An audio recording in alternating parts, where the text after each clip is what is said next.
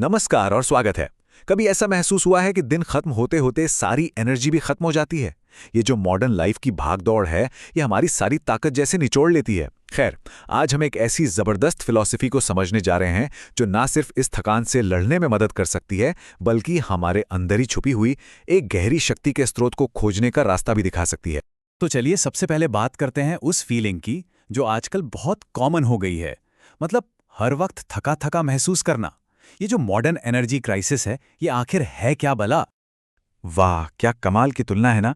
सोचिए, दादाजी के ज़माने की घड़ी, उसकी टिक टिक में एक सुकून था, जैसे वो कह रही हो, अरे आराम से, अभी तो बहुत टाइम है। और अब हमारी घड़ियां, वो तो बस चीखती रहती हैं, भागो और तेज, टाइम निकला जा रहा है। और सच कहें तो यही जो कभी ना खत्म होने वाली दौड़ है, यही आज हमारी जिंदगी की पहचान बन गई है। एक बुजुर्ग महिला ने इस पूरी फीलिंग को बस 3 शब्दों में समेट दिया। उन्होंने कहा, लाइफ इज सो डेली। मतलब जीवन इतना रोजमर्रा का हो गया है। सुनने में कितना सिंपल लगता है ना? पर ये छोटी सी लाइन रोज के प्रेशर, टेंशन और उस बोझ को बयां कर देती है जो कभी हल्का ही नहीं होता। तो सवाल फिर वही है, आखिर हम सब इतने थके हुए, इतने परेशान और एनर्जी से खाली क्यों महसूस करते हैं? और इसका जवाब शायद हमारी बिजी लाइफ में नहीं है, जवाब हमारे अंदर है।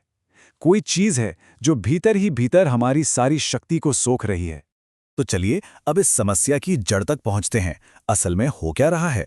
इसे ऐसे समझिए, हमारी जो जीवनीय शक्ति है, हमारी जो एनर्जी है, वो एक पानी के बड़े से रिजर्वॉयर या तालाब की तरह है। और कुछ ऐसी भावनाएं हैं हमारे अंदर जो इस तालाब में छोटे छोटे छेद की तरह हैं। ये लीक्स चुपचाप हमारी सारी एनर्जी को बहा ले जाते हैं। और जानते हैं ये लीक्स क्या हैं? ये हैं 4 बड़े विलन हमारी एनर्जी के। पहला, डर, जो हमें कोई भी नया कदम उठाने ही नहीं देता। दूसरा, अपराध बोध यानी गिल्ट, जो हमें पास्ट में ही जकड़े रखता है। तीसरा, नफरत, जो हमारे अंदर कड़वाहट का जहर घोल देती है। और चौथा, चिंता, जो आने वाले कल की सोच सोचकर हमारा आज बर्बाद कर देती है। यही हैं वो छेद जिन्हें हमें बंद करना होगा। और हाँ, ये सिर्फ कोई फिलॉसफी की बातें नहीं है, इसके पीछे साइंस है। डॉक्टर जॉर्ज डब्ल्यू क्राइल जैसे मेडिकल एक्सपर्ट्स भी यही कहते हैं। डर वो सिर्फ हमारे दिमाग में नहीं होता, वो हमारे दिल में, हमारे शरीर के हर सेल, हर टिश्यू, हर ऑर्गन में महसूस होता है। इसका असर बिल्कुल फिजिकल होता है।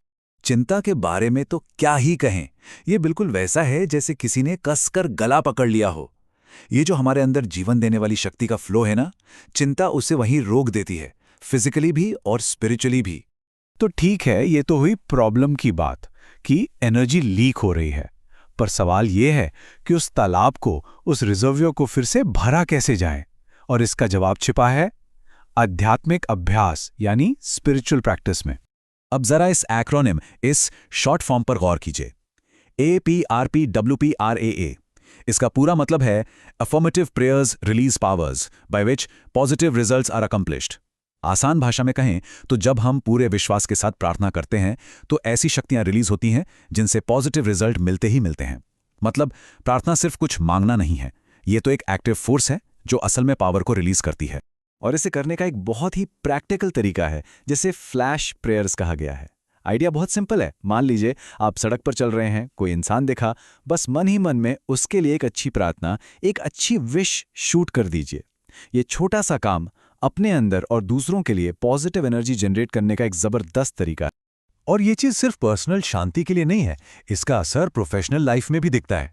एक कहानी है बिजनेस एग्जीक्यूटिव्स के ग्रुप की। वो लोग अपने क्रिएटिव सेशन की शुरुआत 10 मिनट की खामोश प्रार्थना से करते थे। क्यों? ताकि वो आइडियाज के एक हायर सोर्स से कनेक्ट कर सकें। तो ये जो इनर पावर है ना, ये प्रैक्टिकल रिजल्ट्स भी देती है। अच्छा, तो इन सारे आइडियाज को एक साथ जोड़कर क्या हम खुश रहने का कोई प्रैक्टिकल प्लान, कोई ब्लूप्रिंट बना सकते हैं? बिल्कुल, चलिए देखते हैं। लियो टॉल्स्टॉय की ये बात खुशी का पूरा सार बता देती है। वो कहते हैं, जहां प्रेम है वहां ईश्वर है, और जहां ईश्वर और प्रेम है वहां सुख भी है। कितनी सीधी और गहरी बात है। खुशी अपने आप चली आती है जब वहां प्रेम होता है। और इस खुशी तक पहुंचने का रास्ता ये रहा। एक शख्स थे, H.C. मैटर्न। उन्होंने अपने बिजनेस कार्ड के पीछे ही पूरा फॉर्मूला लिख दिया था। सिर्फ 4 सिंपल स्टेप्स। पहला, अपने दिल से नफरत और दिमाग से चिंता को बाहर निकाल फेंकिए। दूसरा, सादा जीवन जियो, उम्मीदें कम रखो और दो ज्यादा। तीसरा, अपनी जिंदगी को प्यार से भर दो, चारों तरफ खुशियां बिखेरो। और चौथा, सबसे जरूरी, खुद को भूलकर दूसरों के बारे में सोचो। ये तो पूरी जिंदगी जीने का तरीका है ना। पर एक मिनट, ये सब बातें सिर्फ प्रॉब्लम से डील करने के लिए नहीं है। नहीं, ये तो अपनी असली काबिलियत को, अपने ट्रू पोटेंशियल को अनलॉक करने के बारे में है। जिंदगी में परफॉर्मेंस और खुशी के एक बिल्कुल नए लेवल पर पहुंचने के बारे में है। एक बेसबॉल टीम की कहानी है, स्टार प्लेयर से भरी हुई टीम, लेकिन फिर भी लगातार हार रही थी। क्यों? टैलेंट की कमी नहीं थी। प्रॉब्लम यह थी कि वो लोग हारने की उम्मीद करने लगे थे। उन्होंने मान लिया था कि वो हारेंगे, और बस इसी नेगेटिव सोच ने उनकी सारी काबिलियत पर ताला लगा दिया था।